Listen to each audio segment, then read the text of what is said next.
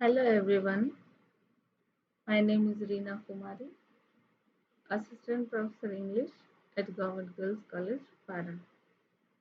This is our today's e-lecture for class BA part 3rd, and this lecture contains the poem, Robert Frost's poem The Virtues, and line by line explanation of this poem. As previous, we have discussed from line number 2 to the line number 28.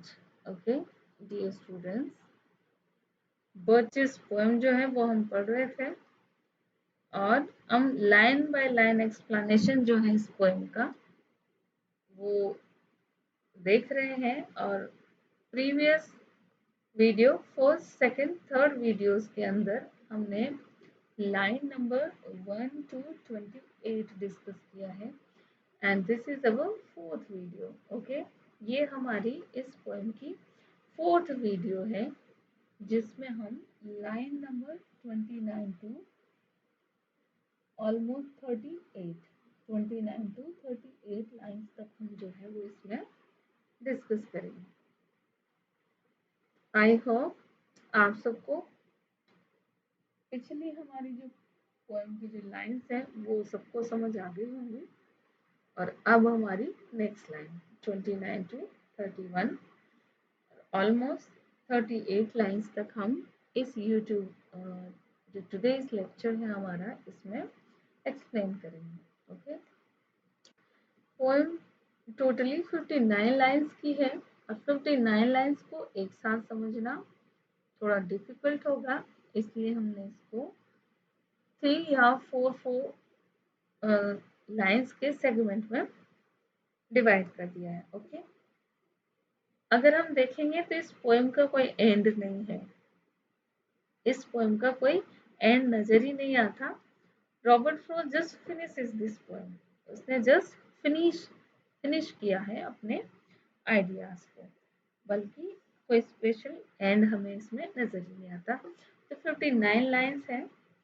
अब आज की हमारी line number 29 to 31. Okay, let's start. By writing them down over and over again until he took the stiffness out of them, and not one but hung limp, not one was left for him to conquer. Okay, means in line में जो है वो poet कह रहा है कि उन्होंने जैसा पिछला हमने डिस्कस किया था subdue means to bent down, उसने कंप्लीटली जो है वो उनको घुमा दिया है, मोड़ दिया है. ऐसा लगता है कि वो ट्रीज जो है वापस से सीधे नहीं होंगे. क्यों? क्योंकि by riding them down over and over again, वो उन पे बार बार चढ़ा है और तब तक उन पे चढ़ता रहा जब तक कि उनकी स्टिफनेस जो है वो खत्म नहीं हो गई है. मीन्स उनकी स्टिफनेस खत्म कर दी और उनको कंप्लीटली नीचे झुका दिया, तब तक वो जो है उन पे चढ़ता रहा. ओके, नेक्स्ट लाइन में देखो, and not one but hung limp. Here limp मतलब भी वही झुकना. Means and not one but hung limp, not one was left. None but means कोई भी नहीं, हंग लिम्प मतलब झुके हुए. No trees was left unbent, यहाँ कहने का मतलब ये है देखो कि वो इतना ज्यादा ओवर एंड ओवर अगेन, इतना ज्यादा उनके ऊपर चढ़ा है कि तब तक चढ़ता रहा कंटिन्यू जब तक कि उनकी स्टिफनेस खत्म नहीं होगी हो, जब तक कि उनका जो स्टिफनेस स्ट्रेट वो खड़े थे तो वो स्ट्रेट खड़े रहने की ताकत जब तक खत्म नहीं होगी, जब तक वो उन पे चढ़ता ही रहा और उनको कंप्लीटली नीचे झुका दिया. And not one but hung limp, not one was left for him to conquer. Conquer means एक विजेता की तरह, एक राजा जो होता है कि वो किसी को तब तक उनको टीज करता रहता है जब तक कि वो जीत नहीं जाता. तो नन बट मीन्स कोई भी, एक भी ऐसा पेड़ नहीं बचा है कि वो झुका हुआ नहीं हो. कावर्ड बॉय ने सभी को ही बहुत पूरी तरीके से झुका दिया। एक भी जो बर्चेस है वो सीधा खड़ा नहीं है। और कैसे झुकाया? ऐसे जैसे कि वो एक काउंटर हो, एक किंग हो, एक राजा की तरह हो। तो यहाँ जो है पोएट ने बहुत फाइन फ्रेजेस में, बहुत फाइन सेंटेंसेस में हमें जो है वो बताया है कि किस तरह से वो कावर्ड बॉय है, वो उन बच्चे के ऊपर एक के बाद एक लगातार उन पर झूलता ही रहता है, और तब तक झूलता है जब तक कि वो एक एक पेड़ को नीचा नहीं कर दे, एक एक पेड़ को नीचे तक नहीं झुका दे। एक कॉन्कर की भांति, एक राजा की भांति तब तक उन पे चढ़ता रहता है जब तक कि उनकी स्टिफनेस खत्म नहीं हो जाती। Stiffness means made of birches so supple, so they could not stand straight, and there was bent down permanently. Okay, means no trees was left unbent. Each and every tree bent down completely, permanently, and bent all trees as powerful as a king. Means वो सब पेड़ को कैसे झुका रहा है जैसे कि वो कोई राजा हो। जैसे in these lines, line number 29 to 31, we find the human relationship with nature also. And this is the important feature of Robert Frost's poetry. And in next line, the poet skillfully depicts the art of bowing. Means in line में poet ने क्या depict किया है? The art of bowing and how to climb birches and bend them permanently. लड़के की art क्या है? क्या है कावर्ड बॉय की आर्ट? कि how to climb birches and bend them permanently. And the boy is a expert singer. और जो ये कावर्ड बॉय है उसको कैसा बताया है पोएट ने? As a expert singer. He is very skillful to swing the birches, and he has a skill to maintain the balance also. Next we will read. आगे हम पढ़ेंगे कि किस तरह से वो जो है उन पे चढ़ता है, कंटिन्यू चढ़ता है और अपना बैलेंस भी बनाए रखता है। तो अगली जो लाइंस हैं उनमें देखिए कि किस तरीके से आगे जो है पोएट ने डेपिक्ट किया है। The boy bent all the trees one by one, and he climbed over and over again to such an extent that their hardness was considerably affected, and not a single tree remained that was not made to hang limb by him, nor remained to be climbed by him. Means सभी पेड़ को वो एक के बाद एक उन पे चढ़ता रहा और उनको नीचे झुकाता रहा, और इतना झुका दिया कि शायद अब वो दोबारा पेड़ जो है वो वापस से खड़े भी नहीं हो पाएंगे। तो ये हमारी लाइन नंबर 29 टू 31। अब नेक्स्ट जो है वो line number 32 and 34, 32, 33, 34. Okay. He learned all there was to learn about not launching too soon, and so not carrying the trees away clear to the ground. Sorry. In line में जो है वो poet कहता है कि means पेड़ों के झुकने के बारे में। Means he learn all there was वहां पे जो कुछ भी था। मीन्स जो कुछ भी क्या था? How to bend birches trees. उस लड़के के दिमाग में जितनी भी बातें थी कि वहां जो कुछ घटना हो रही थी, मीन्स कि किस तरह से इन पेड़ों को झुकाया जाए। इस पेड़ों के झुकने की जितनी भी बातें हो सकती थी वो सारी बातें उसने सीख ली कावर्ड बॉय ने। He learn all there was means वहां जितना भी था सब कुछ उसने सीख लिया। वहां मीन्स कि किस तरीके से इन बोचेस ट्रीज पे खेला जाए, इन पे चढ़ा जाए, इनको बेंड किया जाए। तो वो सब कुछ था, वो सब चीजें पेड़ों को झुकाने से रिलेटेड वो उस लड़के ने सीख ली थी। And to learn about no launching out too soon, and so not carrying the tree away clear to the ground means उसने क्या किया, सब सीख लिया। किसी भी पेड़ को उसने टू सून मीन्स समय से पहले, मीन्स इतना जल्दी नहीं मोड़ा, इसलिए उसका कोई भी पेड़ जमीन से एकदम छुआ नहीं, मीन्स कंप्लीटली जो ट्री है वो कंप्लीटली उस पे ग्राउंड पे नीचे टच नहीं हो रहा। इवन उसने इतना सा मोड़ा है, थोड़ा सा मोड़ा है कि वो जमीन से थोड़ा ऊपर है। Means to learn about here, to learn about not launching too soon, means उसने लॉन्च तो किया, उनको मोड़ तो दिया, लेकिन इतना जल्दी नहीं, इतना ज्यादा नहीं, बिल्कुल जमीन के टच नहीं किया, उससे थोड़ा सा ऊपर ही रहने दिया।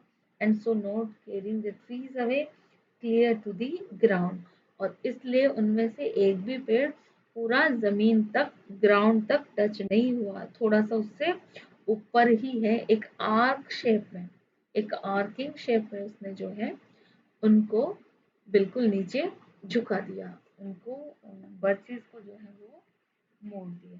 Means the boy is an expert swinger and he is very skillful to swing the birches. He has skill to maintain the balance even when he had reached the top of the trees. And when he reached the top of the trees, he kept his balance and started to bend the trees as skillfully so that they swing into the air and not to touch the ground completely. Okay. Here, the poet recalls his boyhood days. He too loved swinging of birches in his childhood. He dreams of becoming a swinger of birches again, like the cowherd boy. And this imagination soars for his love of children's play, and love for nature, and love for a life free from worldly cares and worries. So he writes in this poem as, जैसे हम देख रहे हैं यहाँ पे, and so not carrying the tree away clear to the ground, means cowherd boy ने उन पेड़ों पे इतना अच्छा बैलेंस उसका है, जब वो उस पे ऊपर चढ़ता है तो ऊपर चढ़ने से और उनको बेंट करने तक उसका बैलेंस इतना अच्छा है कि उसने बिल्कुल जमीन तक टच नहीं होने दिया, बल्कि जमीन से, ग्राउंड से थोड़ा सा ऊपर ही उनको रोक दिया। इतना प्लेफुल और इतना स्किलफुल जो है वो कावर्ड बॉय जो है वो इतना स्किलफुल स्विंगर है कि उसको इतना प्रॉपर बैलेंस पता है, और वो किस तरीके से ट्रीज को जमीन के ऊपर ही रहने देता है, ग्राउंड के नीचे टच भी नहीं होने देता। And next, he always kept his पोइज, पोइज means वही बैलेंस जो वो बनाए रखता है, उन ट्रीज पे चढ़ते समय जो बैलेंस वो है हमेशा बनाए रखता है। To the top branches, climbing carefully with the same pains you use to fill a cup up to the brim and even above the brim. Miss यहाँ तक जो लाइन नंबर 35-36 है, इसी को हम सिर्फ पढ़ें। ये लाइन है regarding to the previous lines. Okay, पिछली लाइन में कवि पोइट बोलता है कि किस तरीके से जो है वो कावर्ड बॉय उन पेड़ों को नीचे जमीन तक भी नहीं टिकने देता है, इवन उनको ऊपर ही, जमीन से, ग्राउंड से थोड़ा सा ऊपर ही उनको रोक देता है, थोड़ा ऊपर ही उनको छोड़ देता है। इतना स्किलफुल है, और इतना स्किलफुल है कि हमेशा ही अपना पोइज, अपना बैलेंस जो है वो बनाए रखता है, कि अपना बैलेंस बनाए रखता है, गिरता नहीं है, वो टॉप पे पहुंच जाता है, ब्रांचेस के टॉप पे, तब भी वो बैलेंस के साथ में रहता है, बहुत केयरफुली जो है वो क्लाइंबिंग करता है, और इस तरीके से बहुत बेहतरीन स्विंगर जो है वो कावर्ड बॉय है। यहाँ पे पोएट खुद को इमेजिन करता है कि मैं खुद भी जो है वो वापस से ये स्विंगर बन जाऊं, मैं वापस से बर्चे स्विंगर बन जाऊं, और ये अर्थ की जो इतनी मिजरीज है, लाइफ की जो इतनी कंफ्यूजन है, वरीज है, उन सब से मैं बरी हो जाऊं और स्विंगर बन जाऊं। नेक्स्ट लाइन्स में देखो क्या कहता है, With the same pens you used to fill a cup up to the brim and even above the brim. यहाँ पे एक दुखों को जो लाइफ को क्या एक दुखों से भरा हुआ एक कप के रूप में यहाँ पोइट ने बताया है मीन्स पोइट ने यहाँ कहा है in these lines poet imagines once again to be a singer and he wants to be a singer because the life is full of cares and worries and misery and by singing of the birches he can escape from the worries of the worldly life and although it may be temporary means here it wants to escape from the thousands useless considerations of the life means यहाँ जो है वो कहता है कि with the same pens you used to fill a cup and to the brim and even above the brim okay means वो जो life है वो लाइफ पूरी तरीके से दुखों से भरी हुई है पूरे तरह से वो जो है लाइफ वो कैसी है कि इतने दुख दर्द से भरी हुई है बहुत सारी परेशानियां हैं पोइट के लाइफ में जैसे देखो he always maintained the balance and climbed the trees with the same care and patience with one shows in filling a cup up to the brim and even above the brim. He took no time in getting down from the tree to the ground. Okay? In lines में देखो आप बहुत fine imagery एक कावहर्ड boy की poet ने बताई है कि फॉर 35 लाइन जो हम पढ़ेंगे ही always kept his पोइज means balance कि वो बर्चेस ट्रीज के जब टॉप पे चढ़ता है टॉप ब्रांचेस पे चढ़ता है तब भी वो बहुत बैलेंस के साथ में चढ़ता है क्लाइंबिंग केयरफुली बहुत केयरफुली चढ़ता है कितने केयरफुली देखो जितने केयरफुली मतलब एक कप को अप टू द ब्रिम एक कप को ऊपर किनारे तक लबालब बढ़ना है इतना सा मतलब इतने केयरफुली कि पानी वो खाली भी ना रहे कप और बाहर भी ना निकले मीन्स जितना पेन है वो कप को उसके ब्रिम तक भरने में लेते हैं इतना बैलेंस उसमें रखना पड़ता है बिल्कुल उतने ही बैलेंस के साथ में जो कावर्ड बॉय है वो कावर्ड बॉय इतने ही जबरदस्त बैलेंस के साथ में उस पेड़ के ऊपर चढ़ता है और फिर वापस जो है उस पेड़ की टहनी को ग्राउंड तक ले आता है और इतना केयरफुली कि वो ग्राउंड पे टच भी नहीं होती उससे पहले ही वो लड़का जो है वो ग्राउंड पे आ जाता है means here the poet depicts the cowherd boy as a perfect singer as a skillful singer so here poets also wants to be a singer like the cowherd boy once again okay तो ये जो थी हमारी line line number from हमारी video fourth और line number 29 to 38 line जो है हमने इसमें आज डिस्कस किया है और ये हमारी fourth video regarding this poem birches written by Robert Frost और नेक्स्ट जो लाइन्स हैं 38 के बाद 39 से अपकमिंग जो लाइन्स वो हमारी नेक्स्ट वीडियो में होंगी video number 5th 6th and 7th so be with me in our next videos also और नेक्स्ट वीडियो में जो है आपको अगली लाइन्स का लाइन टू लाइन एक्सप्लेनेशन है वो देखने को मिलेगा I think it would be very beneficial to your studies also. So please be with me in each and every e-lecture, each and every video from beginning to the end. I think it would much beneficial to your studies. Okay. Enjoy your studies. Have a nice time.